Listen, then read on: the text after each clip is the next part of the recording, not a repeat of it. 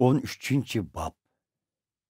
İbram ayoli va o'ziga mansub bo'lgan hamma narsasini elib, Misrdan chiqib, Qanonning janubidagi Negib rayoniga bordi. Lutmu uning bilan birga bordi. İbram boy bo'lib, uning nurg'un mol-varolari va oltin kumushlari boy edi.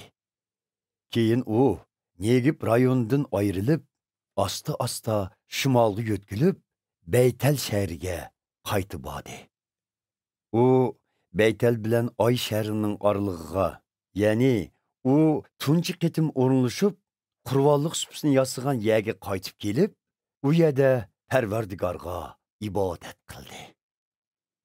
İbram bilan mangal Lutningmi mol-varolari va qullari ko'p edi. Bu ikki oilaning pollari bek ko'p bo'lg'ashqa, o'tloqlar yetishmay qolgan edi. Shunga İbramning podishlari bilan Lutning podishlari orasida talash-tortish chiqib qoldi. Bu chaqda Qanonliklar bilan Parizlar yanila Qanon rayonida turadi.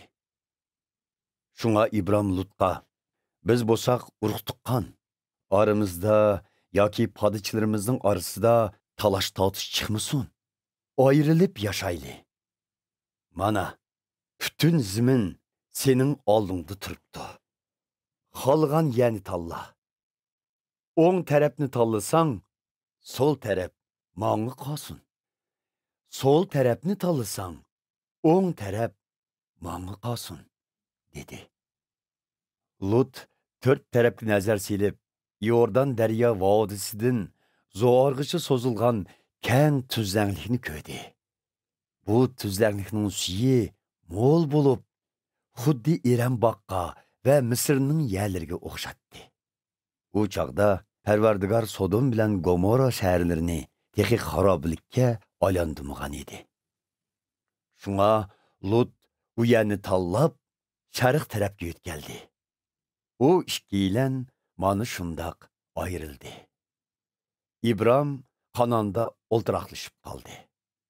Lut Yordan daryo vodisidagi shaharlarga yaqinlashib, Sodom shahrining atrofida chedir tikib o'rinlashdi. Sodomliklar razillikka to'lgan bo'lib, Parvardigorning nazarida ular ig'ir gunohkorlar edi. Lut İbramdan ayrilgandan keyin Parvardigor İbramga, sen tug'an joyingdan sharq, g'arb, janub va shimol taraflarga qarab baq. Sen ko'rayotgan bu ziminlarni sana va sening avlodlaringga taqdim qilaman. Bu zimin mangu sizlarga mansub. Men sening avlodlaringni haddi hisobsiz ko'paytiraman.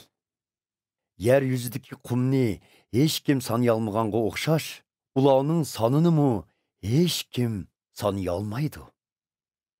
O'rningdan tu, bu ziminni kesib chiq. Men uni sana taqdim qildim, dedi.